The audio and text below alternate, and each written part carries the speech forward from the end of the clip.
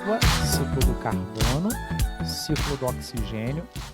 E o quarto, extremamente importante, é o ciclo do nitrogênio. Muito abordado em prova. E o grande problema é que ele tem, na minha opinião, o maior nível de dificuldade. Porque nós temos muitas moléculas, muitas bactérias participando dos processos e muitos nomes que eu vou mostrar para você daqui a pouquinho. Ok? Mas antes de você se preocupar com todas as características específicas, eu queria que você lembrasse de um detalhe. Os carboidratos, tipo a glicose, o amido, são formados por carbono, hidrogênio e oxigênio. A planta consegue carbono, hidrogênio e oxigênio absorvendo água do solo e gás carbônico da atmosfera. Tudo bem? Só que existem compostos, tipo proteínas, ácidos nucleicos, que além de carbono, hidrogênio e oxigênio, esses compostos também têm nitrogênio. Olha a importância do ciclo do nitrogênio aí. A planta produz carboidratos e lipídios só com carbono, hidrogênio e oxigênio. Agora, para produzir proteínas e ácidos nucleicos, DNA e RNA, precisa de carbono, hidrogênio, oxigênio e nitrogênio. Então, o que eu quero te mostrar é justamente isso. Como que o nitrogênio que está na atmosfera, porque eu te mostrei agora há pouco, que aproximadamente 78% dos gases da atmosfera são gás nitrogênio. Eu quero te mostrar como que a planta vai conseguir usar nitrogênio, já que ela não consegue absorver o gás nitrogênio. Você consegue seu alimento com certa facilidade. Os animais buscam o alimento já pronto, por isso que nós somos heterotróficos, consumidores. Você também não consegue incorporar gás nitrogênio. Ou seja, na maior parte dos seres vivos, o gás nitrogênio não serve para nada. Mas eu quero te mostrar que no ciclo do nitrogênio, nós vamos ter uma série de transformações com um objetivo: permitir que a planta absorva determinado composto que está presente no solo e não na atmosfera. Beleza? Acompanha comigo. Galera, isso que você está vendo aí na sua tela é um esquema que nós vamos preencher. E esse esquema ele é de extrema importância, porque essas duas bolinhas aqui em cima representam para a gente o nitrogênio atmosférico. Quando eu falo nitrogênio atmosférico, quer dizer que só pode ser gás nitrogênio. Molezinha? Partindo do princípio, fiz besteira aqui, ó. Partindo do princípio que o gás nitrogênio a planta não absorve, perceba que eu coloquei em destaque essa bolinha aqui, ó. Essa bolinha verde vai mostrar para a gente daqui a pouco que é o composto que a planta precisa absorver. E aí eu já te adianto, esse composto ele tem a fórmula NO3-. E é importante que você saiba o nome, ele se chama nitrato. Então, o nitrato nada mais é do que a molécula que a planta vai absorver, ok? Fixa isso. Planta absorve em grande quantidade nitrato. Esse nitrato vai ter que estar disponível no solo. Mas eu quero te mostrar como que o gás nitrogênio consegue, de alguma forma, ser usado na formação desse nitrato. Beleza? Volta aí para a imagem. Perceba, queridos. Nós temos aqui um primeiro processo de transformação. Essa transformação vai ser feita por um grupo de ser vivo. E esse processo nós vamos chamar de fixação. Bom, fixação de quê? Fixação do nitrogênio no solo. Volto a falar, essas duas bolinhas aqui em cima estão no ar. Todas as 4 bolinhas de baixo estão presentes no solo. Belezinha? Então, quando eu falo fixação, é fixação do nitrogênio no solo. E essa transformação, ela vai ser realizada por um grupo de bactérias que tem um nome bonito. Bactérias do gênero Rhizobium. Essas bactérias vão usar o gás nitrogênio e vão produzir um composto que é chamado NH3. Vou jogar um pouquinho para cima justamente para colocar o nome do composto embaixo. Aqui eu posso ter, ó, NH3 ou NH4+. O NH3 nada mais é do que uma molécula chamada amônia. Se eu pensar em NH4+, seria o amônio. E, sinceramente, na biologia não vai ter muita diferença. Eu sei que quimicamente são 2 substâncias distintas, mas como é que funciona esse processo? Essa é uma das bactérias mais importantes do mundo. Essas bactérias, elas podem ter vida livre, estarem no solo, mas é muito importante na agricultura, porque essas bactérias, elas costumam se associar a raízes de um grupo de vegetal que se chama leguminosa. E o principal vegetal dentro das leguminosas, para mim, é a soja. E perceba a importância da soja no país.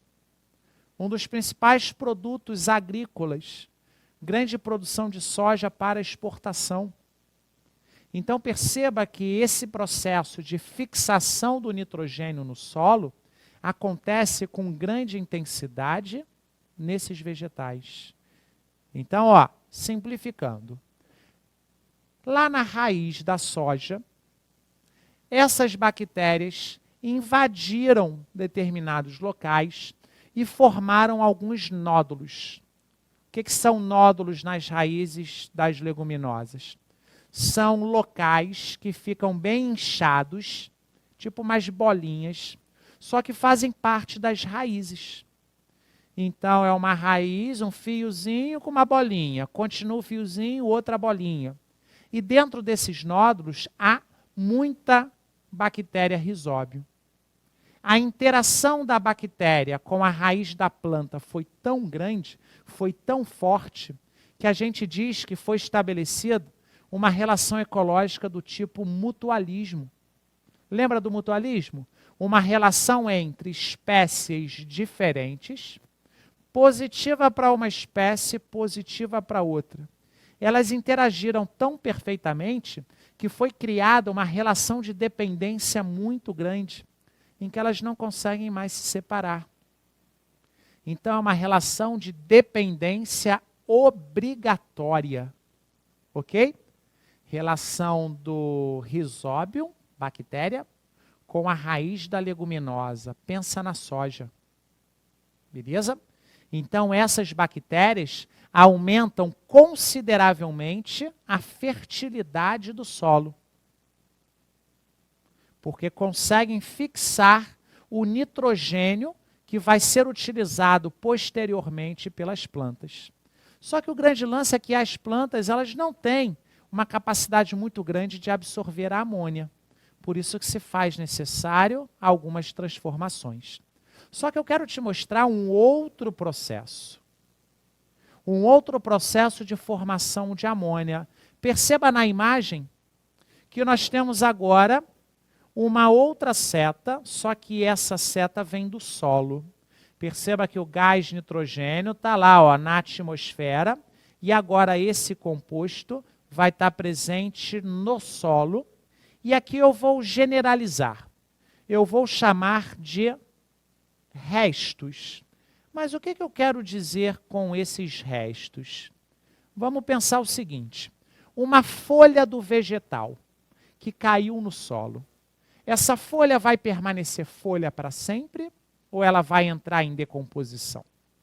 Concorda que os decompositores vão trabalhar para transformar a matéria orgânica em matéria inorgânica? E aí você não pode esquecer que, mais uma vez, as proteínas têm nitrogênio. E aí esses decompositores vão começar a quebrar proteínas em aminoácidos. Vão começar a quebrar aminoácidos.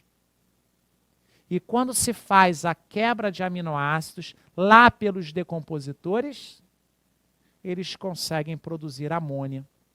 Então eu queria que você percebesse que eu estou me preocupando com os restos nitrogenados. Se um animal lá no meio da floresta veio a falecer, está lá no solo, ele vai entrar em decomposição. Então, todo composto nitrogenado que entra em decomposição, um dos produtos é a amônia. E aí eu chamo a atenção para o nome desse processo. Olha como que é muito fácil. Se o de cima é a fixação do nitrogênio no solo, essa setinha na diagonal dos restos que têm nitrogênio, a produção de amônia a partir deles será chamado de amonificação. E essa amonificação ela é realizada pelos decompositores. Ou seja, um processo bem tradicional que acontece no solo. Então, galera, eu fiz questão de te mostrar as duas vias de formação de amônia. Uma depende muito de bactérias. Outras dependem muito de bactérias e fungos. Está percebendo a importância das bactérias para o nosso planeta? Se as bactérias fossem eliminadas do planeta, a produtividade dos vegetais seria muito baixa, porque o solo ia ficar extremamente empobrecido. E aí o agricultor malandro faz o que para enriquecer o solo? O agricultor compra sacas e sacas de fertilizantes. E quais são os 3 fertilizantes importantes para a gente? Adubo orgânico. O que é adubo orgânico? Geralmente restos, geralmente fezes, esterco de boi e vaca. Adubo inorgânico. Esse é o que o agricultor usa em grande quantidade. Por quê? Porque é mais fácil. Compra sacas de adubo inorgânico, fertilizante inorgânico, são sinônimos, e despeja na plantação. Sabe quais são os 2 principais adubos inorgânicos? Fosfatos e nitratos. Fosfato, boa fonte de fósforo. Nitrato, boa fonte de nitrogênio. Ou seja, se o agricultor dá para a planta aquilo que ela quer absorver, você concorda que os vegetais eles vão crescer com uma maior velocidade? Esse é o objetivo na agricultura. Porque a gente sabe que a planta está deixando o solo pobre, porque a planta quer absorver nutriente. Absorvendo nutriente, ela vai incorporando no corpo dela para crescer. E o agricultor quer o produto, basicamente. Ok? Volta para a imagem. Perceba que são 2 vias de produção de amônia. Fixação do nitrogênio no solo e amonificação. Só que agora eu chamo a atenção para esse processo. Esse processo ele se chama nitrosação e consiste na transformação de amônia, NH3, num composto com a fórmula NO2-. Esse composto ele se chama nitrito. Mais um processo realizado por um grupo de bactérias, também com nome esquisitinho. Mas eu chamo a atenção para o prefixo dela, ó. Prefixo nitro, dando a ideia que participa do ciclo do nitrogênio. Essa bactéria tem uma propriedade muito específica, ela é uma bactéria que faz quimiossíntese. Ela faz essa reação química porque ela consegue extrair energia para ela produzir o próprio alimento dela. Só que, sinceramente, o que importa no ciclo do nitrogênio é que ela conseguiu produzir nitrito. E essa reação aconteceu no solo. E esse nitrito ele vai ser usado por uma outra bactéria. Então, perceba uma grande dependência de bactérias nesse ciclo do nitrogênio. Acompanha comigo. Essa outra reação é uma reação que se chama nitratação, realizada por um outro grupo de bactérias. Olha o prefixo de novo, ó. Só que agora são bactérias Nitrobacter. Então, ó, a nitrosomona faz a primeira reação na horizontal e a Nitrobacter faz a segunda reação na horizontal. E eu chamo a atenção para esse nome extremamente importante para todos. Se eu associo a nitrosação com a nitratação, você concorda que é a produção de nitrato? Se eu junto as duas reações químicas, a gente chama isso de nitrificação. Produção de nitrato a partir de um composto inicial que é chamado amônia. Então, galera, perceba que, mais uma vez, o grande objetivo é formar o nitrato. Duas vias de formação de amônia. Uma via de transformação de amônia em nitrito. Uma via de transformação de nitrito em nitrato. As bactérias Nitrobacter também são bactérias quimiosintetizantes. Fazem essa reação química porque é bom para elas. Ou você acha que as bactérias estão pensando na plantinha? Todos esses seres vivos realizam esses processos porque são excelentes para eles se manterem vivos. E você está percebendo que um ser vivo usa o produto do outro. Percebeu? A que fixou não vai usar amônia. A que fez a decomposição não vai usar amônia. Só que essa amônia vai ser usada por outra, produzir o nitrito. O nitrito vai ser usado por outro, produzir um nitrato. E o que vai acontecer com esse nitrato? Ele vai ser absorvido pela planta. Volta para a imagem. Perceba, ó, esse verdinho, esse nitrato vai ser absorvido pela planta. E um detalhe que eu comentei agora há pouco, eu escrevo só para você fixar. Esse nitrato é a fonte de nitrogênio dos produtores. Esse nitrogênio vai ser usado pelos produtores para eles produzirem seus próprios aminoácidos. E lembre que o conjunto de aminoácidos organizados formam um peptídeo ou então uma proteína. Então perceba que a produção de proteínas do vegetal depende da absorção de nitrato. E um outro componente que o vegetal produz, não sei se você lembra bem do nome, é uma base nitrogenada. Adenina, timina, citosina e guanina. A uracila também, né? Mas essa base nitrogenada, ela vai ser usada pelo vegetal para ele produzir os seus nucleotídeos. E se você não lembra, um nucleotídeo ou nucleotídeo, tanto faz, esses nucleotídeos eles são usados na formação dos ácidos nucleicos. Para quem não lembra, ácido nucleico nada mais é do que um nome bonito para um grupo de duas moléculas. São elas DNA e RNA. Parece que são duas moléculas importantes no funcionamento do seu corpo.